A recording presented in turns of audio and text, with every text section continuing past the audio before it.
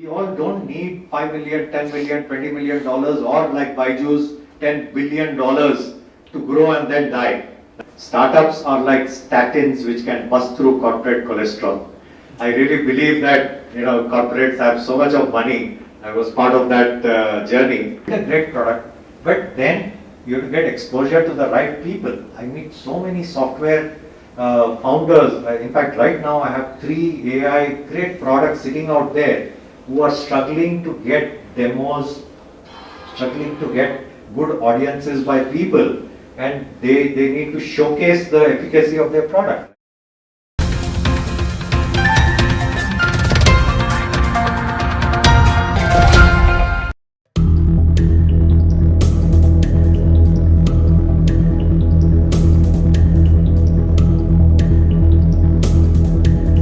Thank you so much, and my respect for the past speakers. I think very interesting sessions. So, how many of you are already startups here? Just a show of hand. About 5, 6, 7 or so. How many are aspiring startups? Any aspiring startups? Okay, okay. Thank you. So, my quick intro is I'm a Pakka Hyderabadi. I've been part of a startup journey myself, a company called Sierra Atlantic, which I joined way back in 1995, 94, 95, as a sort of founding CFO of that company. And I spent 20 years, I just worked with that one startup. But I had a brilliant opportunity at the beginning of the whole IT boom to be part of a wonderful team. Had a chance to take this company to growth, to public. We were listed for 5 years, went back to private. Then we grew it to about $100 million. So I saw $100K to $100 million journey just with that one company. And then we were acquired by Hitachi, Hitachi Consulting, which is a subsidiary of the larger Hitachi Limited. So I stayed on for 3 years. From CFO, I moved to the CEO of that acquired entity, India and China, Hitachi Consulting.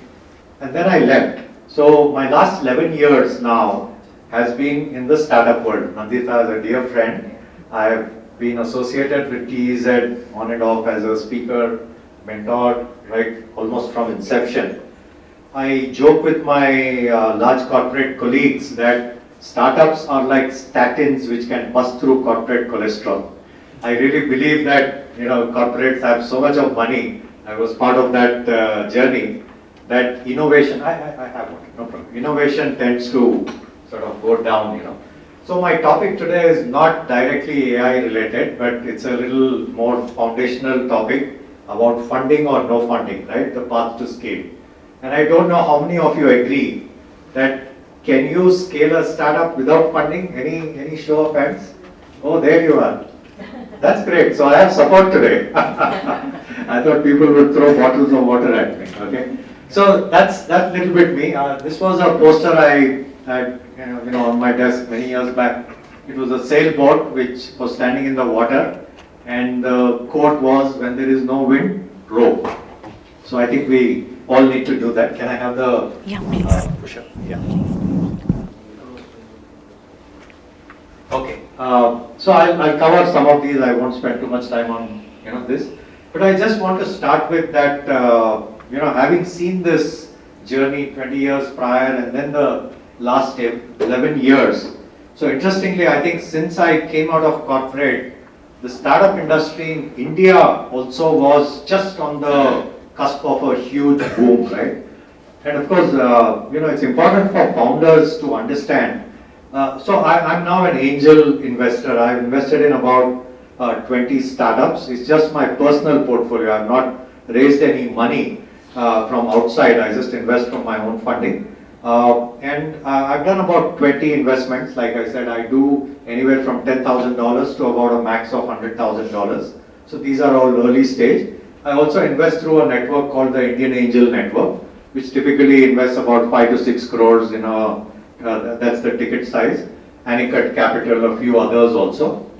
But the reason I wanted to mention is this 11 years I must have met, I don't know, 1,000 plus founders, aspiring founders.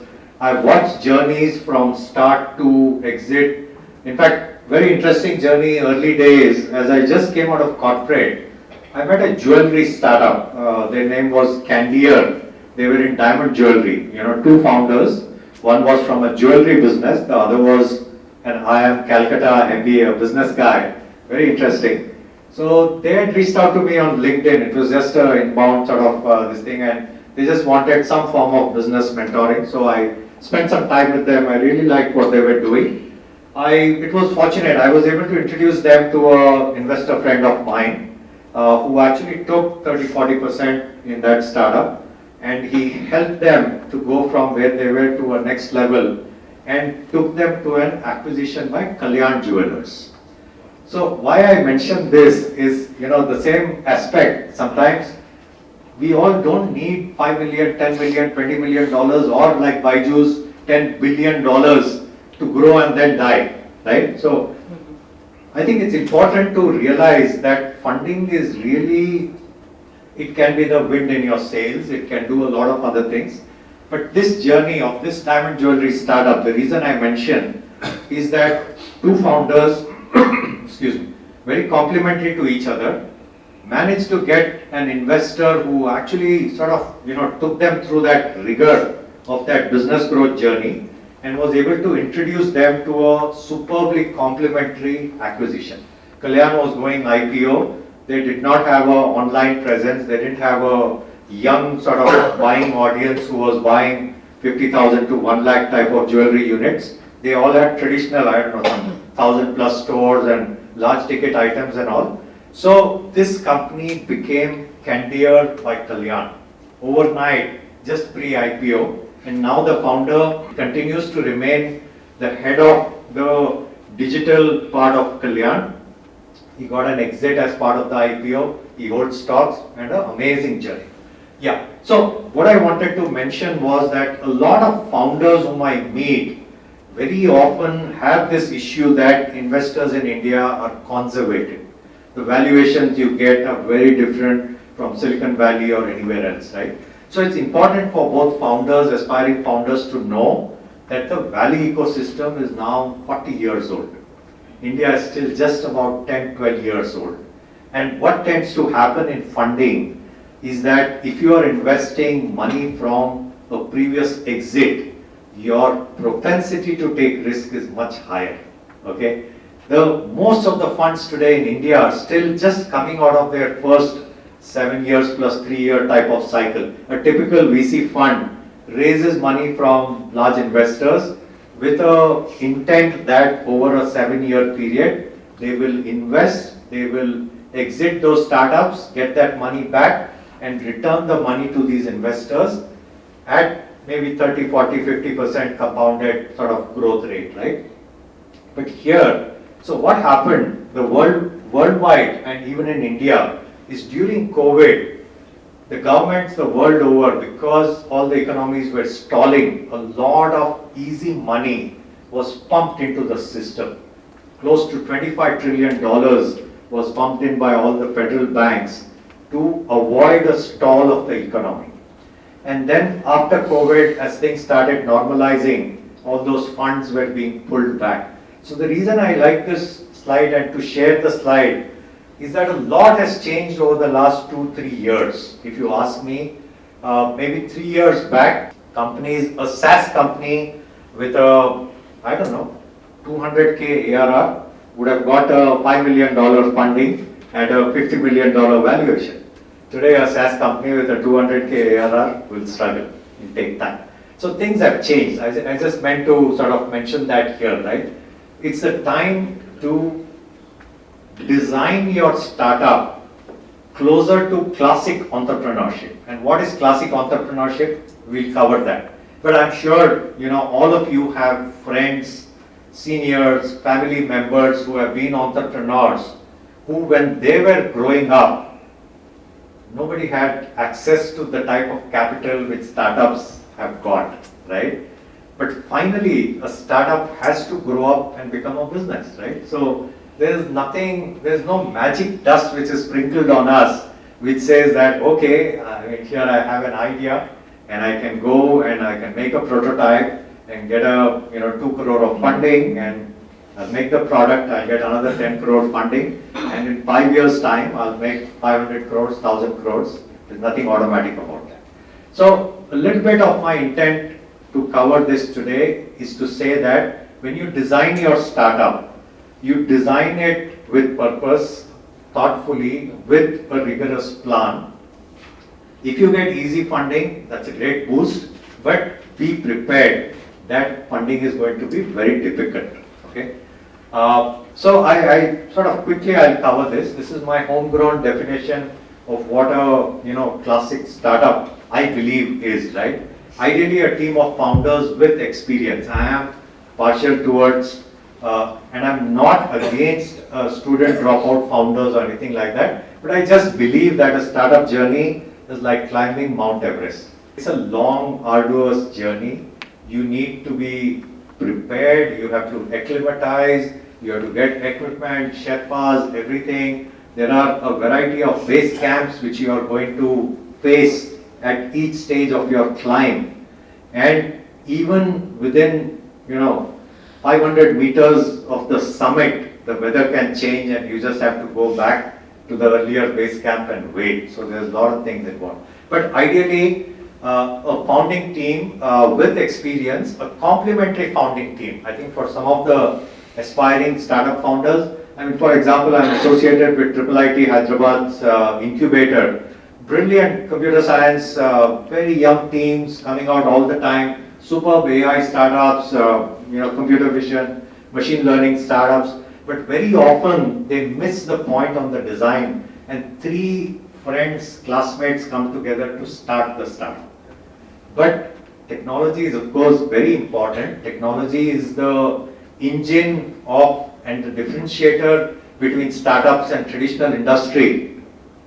But you still need a complementary founding team.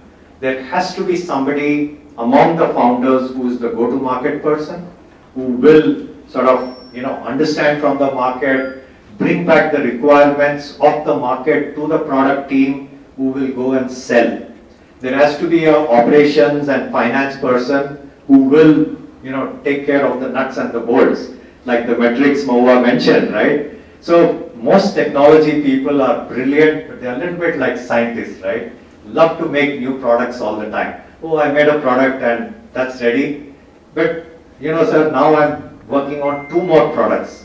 What happened to that first product? What's the revenue life of that product?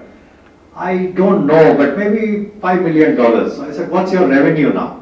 It's about 20K. I said, 5 million revenue life hai, 20K current revenue hai. Why are you building another product? I said, no sir, I like building products and this is not selling, so I thought I'll build 1 more product. It doesn't work like that, right? So that's where if you have a complementary founding base, things work much better, right? You think through. So clearly, frugal capital, high innovation, and driving enduring value, long-term value. So look for problems which are must-solve problems, right? That's important. Building an elegant solution. So a lot of this, and I'll just jump across to some industries which I believe are out there, right? There are a lot of Me Too startups today, but there are a lot of emerging areas. The whole AI area itself is huge, although there's a lot of capex flowing there.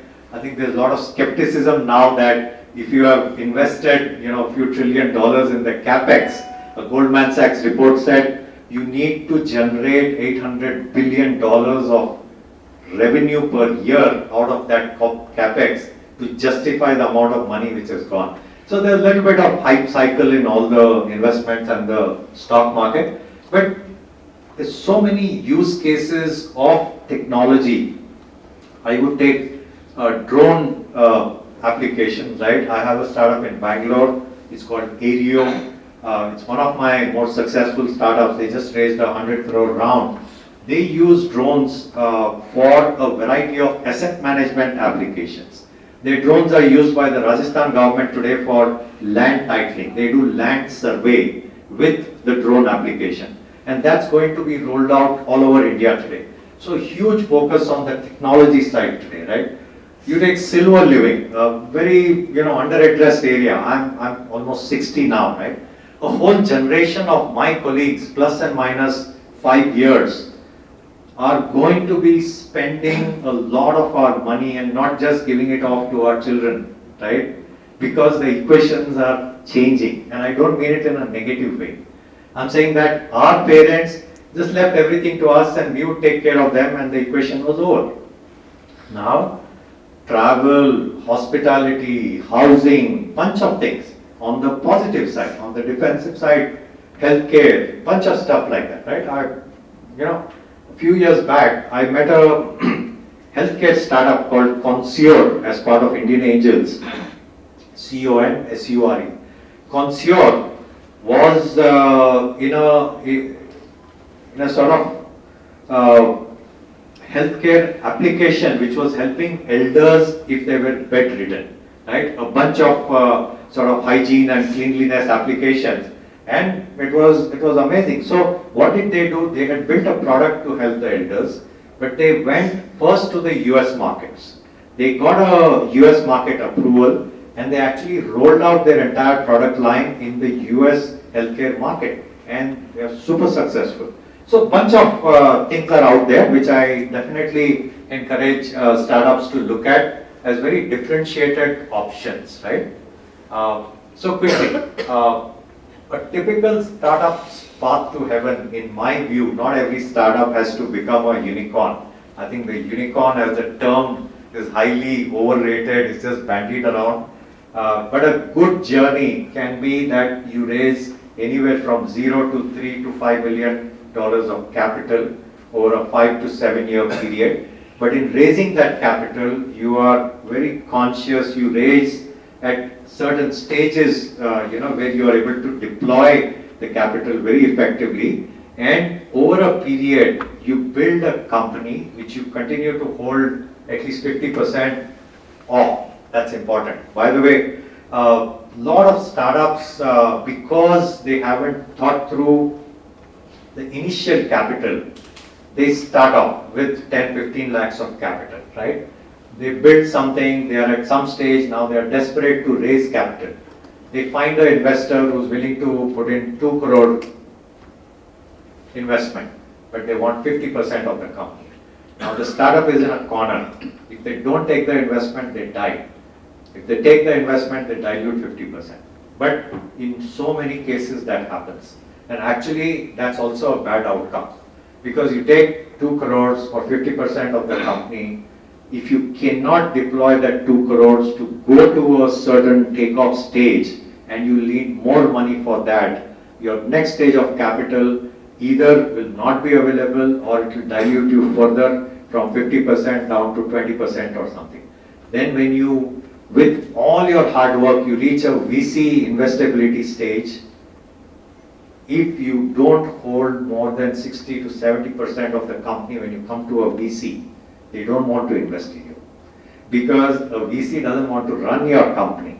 They basically want you to run the company. They want you to have enough equity where post a Series B or a Series C, you should ideally still hold 20-25% significant skin in the game, because you are the engine of growth of that startup. In one way, it's my own sort of easy definition of what a great capital outcome can be, right? And in today's world, there are a series of possibilities.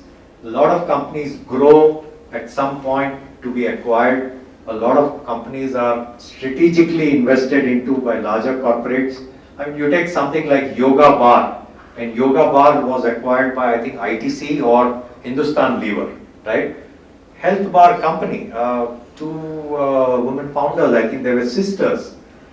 Such a beautiful product they built. It was a hard journey. They got some initial capital, but they built a market, they built a brand in such a tough space, and finally they sold for about 200 crore exit or so. I was reading the interview of that founder. It's a fascinating interview. Even the timing of exit is very important. Sometimes if you don't take an exit at certain point, you may actually then go down in the value point also. So many things come up, right? So One more aspect here I just want to share, like I said, the whole world has changed in terms of funding, is that the go-go days, which I meant, the easy capital days, there was like a urgency to deploy capital, right? You go, you get good valuation, you get more money than you ask for, and the VC wants you to deploy it tomorrow. Expand karo, revenue karo, grow at any cost, right? Now the world has changed. I mean, business also follows the law of nature. There is gravity. You can't just take money and use it to do what, right? You have to deploy capital very carefully. Finally, a startup founder's most important job, any founder's most important job, is to be able to allocate capital sensibly. That's very important. Investor-driven time frames was the earlier thing. Now it's really all driven by business, right? How do you do? When do you expand? What do you expand into? Much more closer, clearer. Growth at any cost. Rule of 40, if some of you have heard, it says that if you are growing at 100%, you can be loss-making at 60%. 100 minus 60, 40, you are good. So basically, you can be loss-making if you are growing. That was the rule earlier. I think it's a little bit crazy, right? If you sell a 100 rupee product for 60 rupees, you have an infinite market for it. You can show all the metrics you want. But what is the margin on the product? Yeah, so that's it, right? There's no margin of the product. Yeah. So vanity metrics, multi-city. Earlier, I've met so many startups. As soon as they have achieved some scale, right? The attraction is I'll go multi-city. Okay, but what you have to sometimes sort of think through as a founder is that if you go multi-city at the end of 4 or 5 years, if you go prematurely, you may have a 2% market share in 6 cities. What you have to weigh that off against is if you had stayed, let's say in the city of Hyderabad, which is a booming city, it's a growing city, the largest companies, including somebody like IKEA, chooses Hyderabad to come to first. If you have 10% market share of Hyderabad, some larger, up the food chain company will actually pay you a significant amount and you will be far more valuable instead of having 2% market share of 6 cities. So there are always choices, always decisions, right? So everything is about, making sensible choices there. Acquire inorganic revenue at any cost. I think that period is going slow now. Get stars, drive them hard, hire, pay, amazing amounts, give stock. I think everything is coming back to performance now, right? So you have to be coming to fundamentals.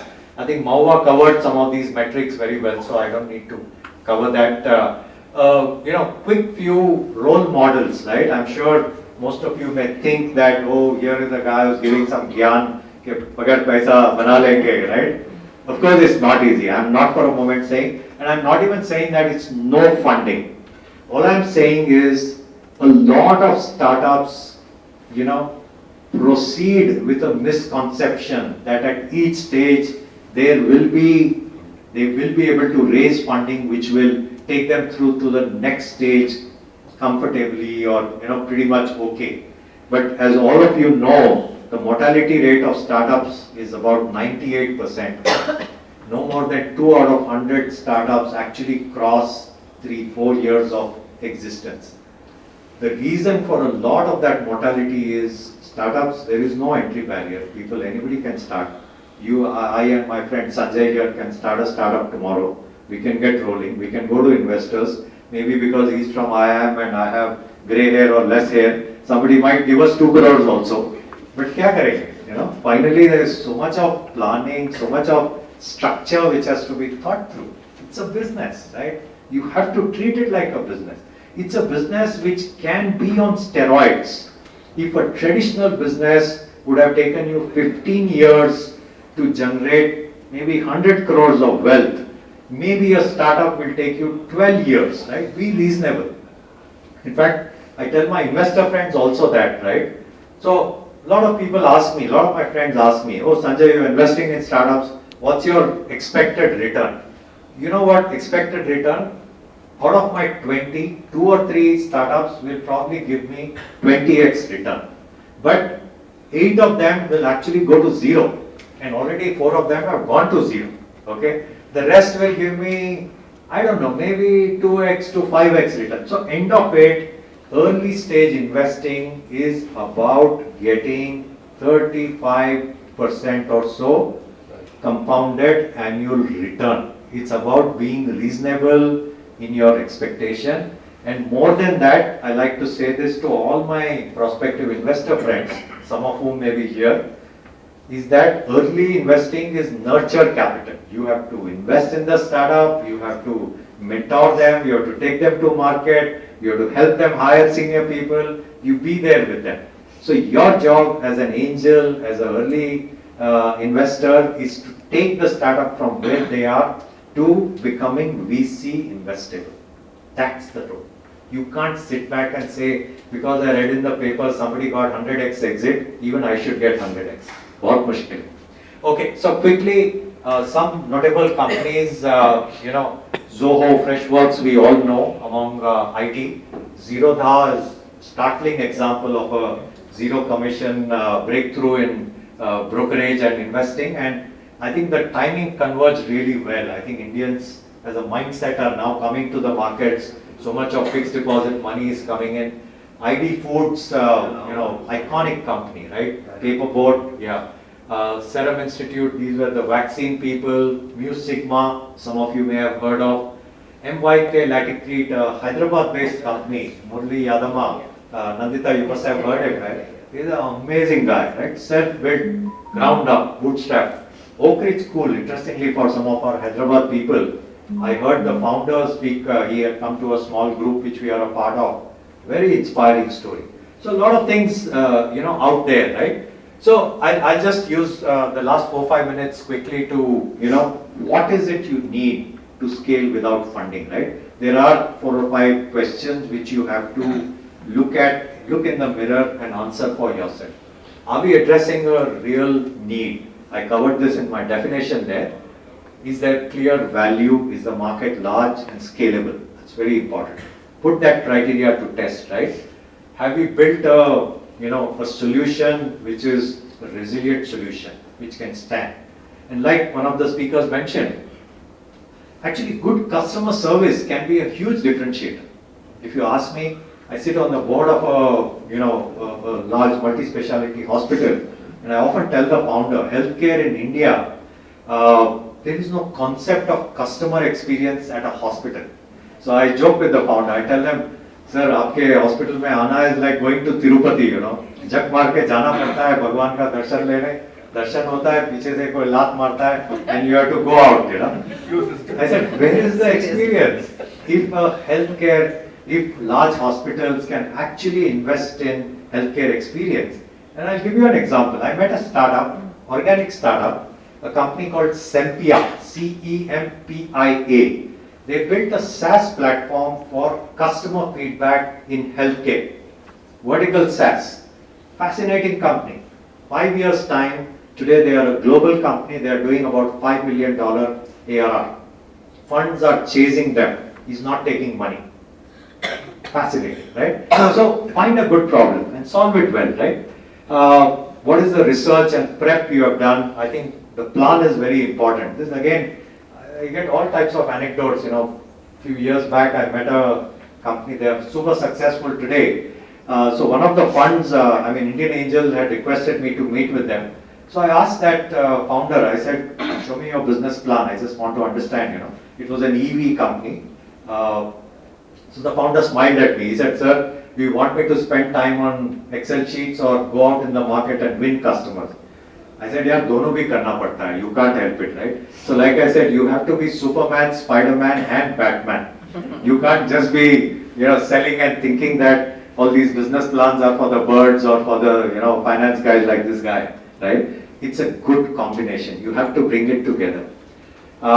Do we have a clear view of the resources which we need? Again, plan, talk to people, find mentors. The best help you can get is from your peer network, right? Talk to people who have succeeded, talk more to people who have failed. Not to get scared off, but to learn from their experience. Really important. Have you thought of each of the logical stages, right? So finally, are you prepared to be everything? Spider-Man, Superman, Batman in one? But the most important point I just want to share on this is that you have to be able to sell. As a startup founder, you should realize that a good founder who can sell anything can not just get through but succeed, right? Your product can also come next. In fact, this is another point. With a lot of my deep tech companies, I try to tell them, by sir, the product is only 30% of the journey. And they're looking at me aghast, thinking, what do you mean, 30%, right? It's not 80% of the journey. You can make a brilliant product, software. So Microsoft is like the Hindustan lever of software products. Microsoft can make anything and they can sell it at a 80% gross margin. I and Sanjay, again, we can make a great AI LLM, right? But how do we bring it to the market? Our product would be, world-beating product, but can we sell it? Can we bring it to light? That part of the journey is often far more difficult than just building it. And I'm not against product people. I'm fully for them. But you just have to be realistic in what it takes to get to that success. That's important. Maybe your product will be acquired by Microsoft. That's fine. So build a great product, but then you have to get exposure to the right people. I meet so many software founders. In fact, right now I have 3 AI great products sitting out there who are struggling to get demos, struggling to get good audiences by people, and they need to showcase the efficacy of their product, right? Okay, so this is really the last one now. Great customer experience I talked about. Pricing at value minus and not cost plus. A lot of founders, I like to share this important aspect. We all grew up in our business life like that, especially in IT. The tendency of the Indian IT industry was a cost plus pricing. I think the global IT industry always taught us that it has to be value minus, right? The realm of aspirational possibility. I'm not for a moment saying be conservative, be defensive, be slow. You should aim for everything, but realistic. There has to be a line of sight to profitability now. That's very important. Focus, relentless execution, chutzpah, right? So never say die. Eventually every startup has to become a business. So I'll just leave it here now. So this was the last one, like I said, getautopsy.com is actually a website which has an account of 200 startup founders who failed. It's a first person account in long form and it's a fascinating study. Thank you. I think I overtook my time, but my pleasure. Thank you.